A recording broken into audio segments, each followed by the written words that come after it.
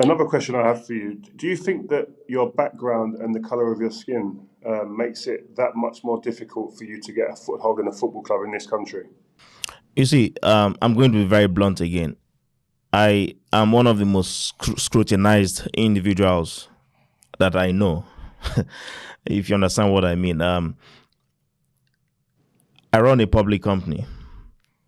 The scrutiny for me is different, and I feel that my market cap is hit because maybe Wall Street has refused or has failed to understand our message. Just maybe, I do not know, but we are undervalued, and I feel that if I weren't Nigerian or African, it might be different. How come when a black man tries to get something done and I see it? Oh, yeah, exactly so. Because I am black and an African, I am devalued and being persecuted. Anytime some culprits are caught in their tracks, they try to hide behind the usual cliches of, oh, because I'm this and oh, because I'm that. Yes, we all agree that this world is not fair. Racism and discrimination is real.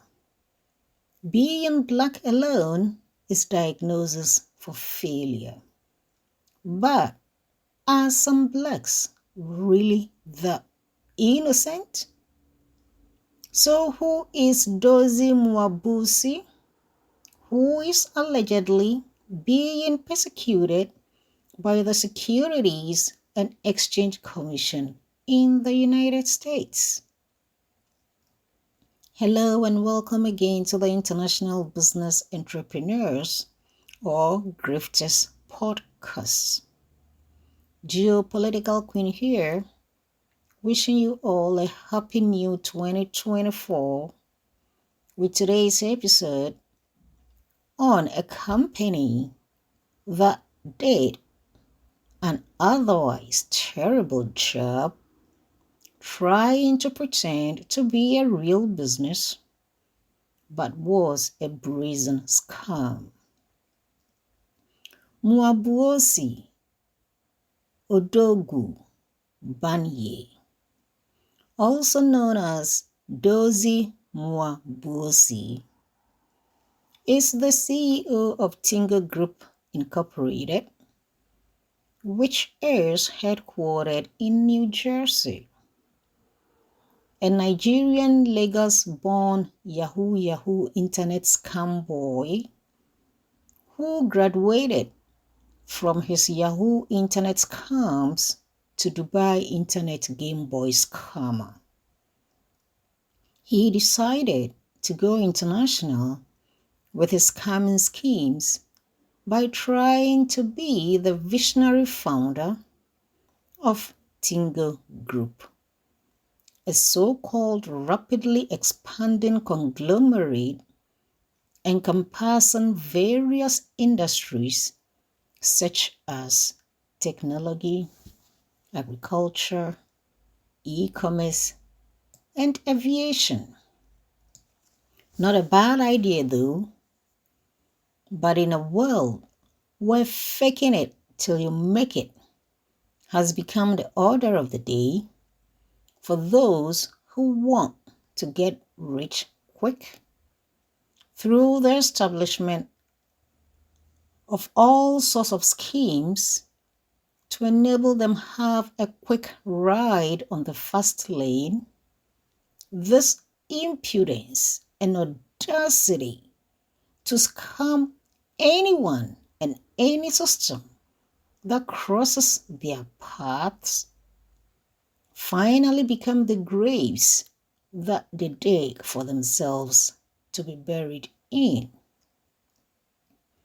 Dozy Mmobuosi founded a company known as Tingo. He styled himself as a billionaire entrepreneur on social media platforms and made waves in early 2023 when he attempted to acquire the now Premier League soccer team, Sheffield United. His noisy, scamming self even earned him an interview on CNN. He claimed to have several business segments focused on providing finance, mobile phones, food processing, and an online food marketplace for farmers primarily located in Nigeria. But the self-styled internet scam billionaire's once celebrated entrepreneurial journey will be getting into trouble when the Hindenburg Research decided to wipe their lenses to investigate how 1 plus 1 equaled a million. Some of the claims of this fake billionaire were just screaming to be removed from any available red flag pool. For starters, Dozy's alleged PhD degree in rural advancement from a Malaysian university in 2007 turned out to be an outright lie. He never attended that school. His claim to have developed the first mobile payment app in Nigeria was another pure lie. The actual creator, Deji Oguntonadi, informed Hindenburg Research investigators that Dozy's claims were totally false and shared a WhatsApp post he wrote to Nigeria's top fintechs and regulators, making it clear that Dozy's claims were a pure lie. In 2017, Dozy was arrested and faced an 8-count indictment over issuance of dead checks to the tune of 70,000 US dollars, according to the Nigerian Economic and Financial Crimes Commission. He later settled the case in arbitration. The report will go on to reveal that in 2019, when Dozy claimed to have launched Tingo Airlines and posted social media messages encouraging customers to fly with Tingo Airlines today, the media outlets will later uncover that Tingo had photoshopped its logo onto pictures of airplanes belonging to other airlines. Dozy has since admitted to never owning any actual aircraft. It was all just for a hype. At the peak of his scam, Dozy attempted to acquire the now Premier League soccer team Sheffield United. A due diligence will reveal that he had no real funds to purchase the club. His actual intention was to scam the Saudi Prince Abdullah of his money. Tingo's food division claimed to generate $777 million in revenue and $143.5 million in operating income in the last quarter of 2022, despite the entity existing for less than a year. Tingo's quarterly report said Tingo Foods generated a whopping $577 million in just 2 months. That would have been in February and March 2022. putting it on pace for a $3.4 billion annual revenue and $861 million in annual operating income, making it financially larger than the whole national sales of Nigeria within the same period. In 2021, Tingo claimed its Tingo Pay, which was supposed to be part of Tingo Mobile, had launched a partnership with Stanbic IBTC, a major local bank in Nigeria. 2 days after this, Tingo's blockbuster announcement would be called out by the bank in a statement calling this announcement false. In February 2023, Tingo held a groundbreaking ceremony for the construction of a $1.6 billion food processing facility in Nigeria.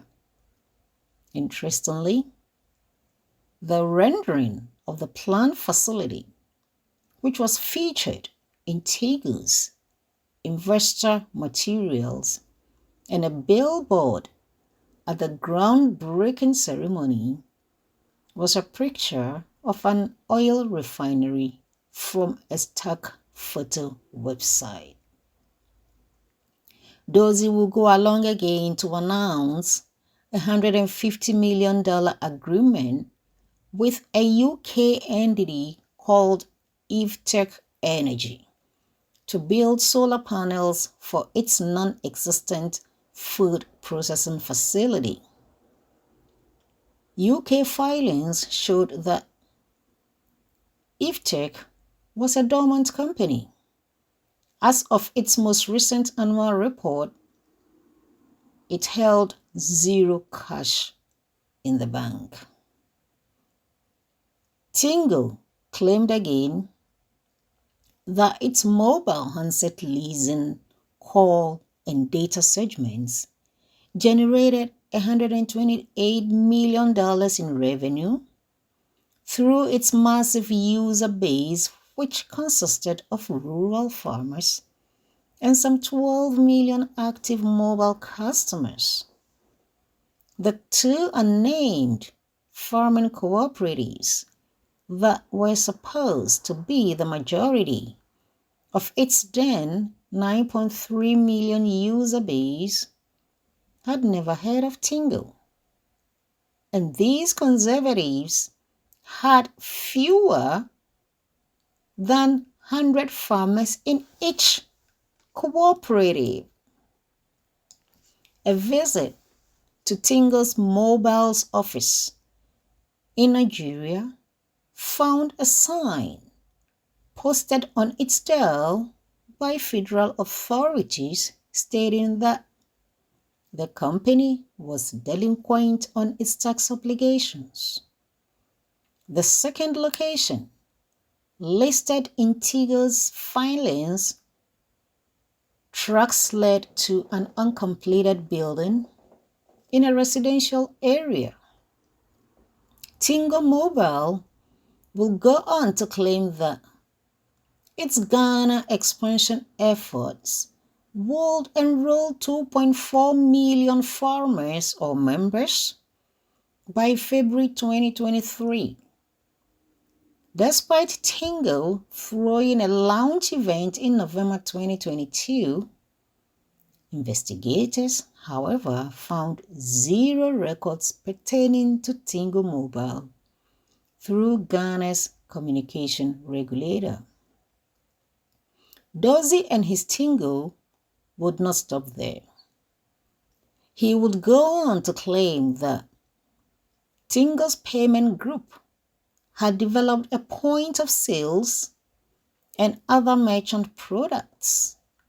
Again, investigators would find out that pictures of Tingo's claimed POS system were taken from a different POS operator's website with the Tingo logo photoshopped over them, just like his aircrafts.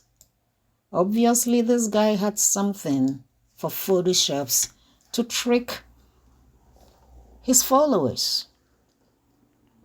Tingo's plans to raise $500 million for his company to be listed on the New York Stock Exchange were heavily reported in the international media, including on Bloomberg and GQ. Dozy was featured on the covers of Forbes Africa and GQ South Africa as an African tech entrepreneur, changing the face of agriculture, mobile communication, and finance. In reality, Dozy had only $50 on the said company accounts. So much for a $500 million company to be listed on the New York Stock Exchange, isn't it? In conclusion, from the investigators, Tingo is a worthless and brazen fraud that should serve as a humiliating embarrassment for all involved. Dozy and his Tingo were charged as of 18th December 2023 in the United States as a fraud and scam. So what do you think? Wouldn't Dozy Mmobuosi have managed to put all these scamming efforts into some real businesses instead of this exceptional brazen street scam?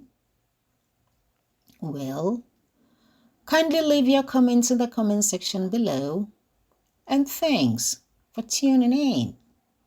I will be back with the next broadcast. Good day and a happy new 2024.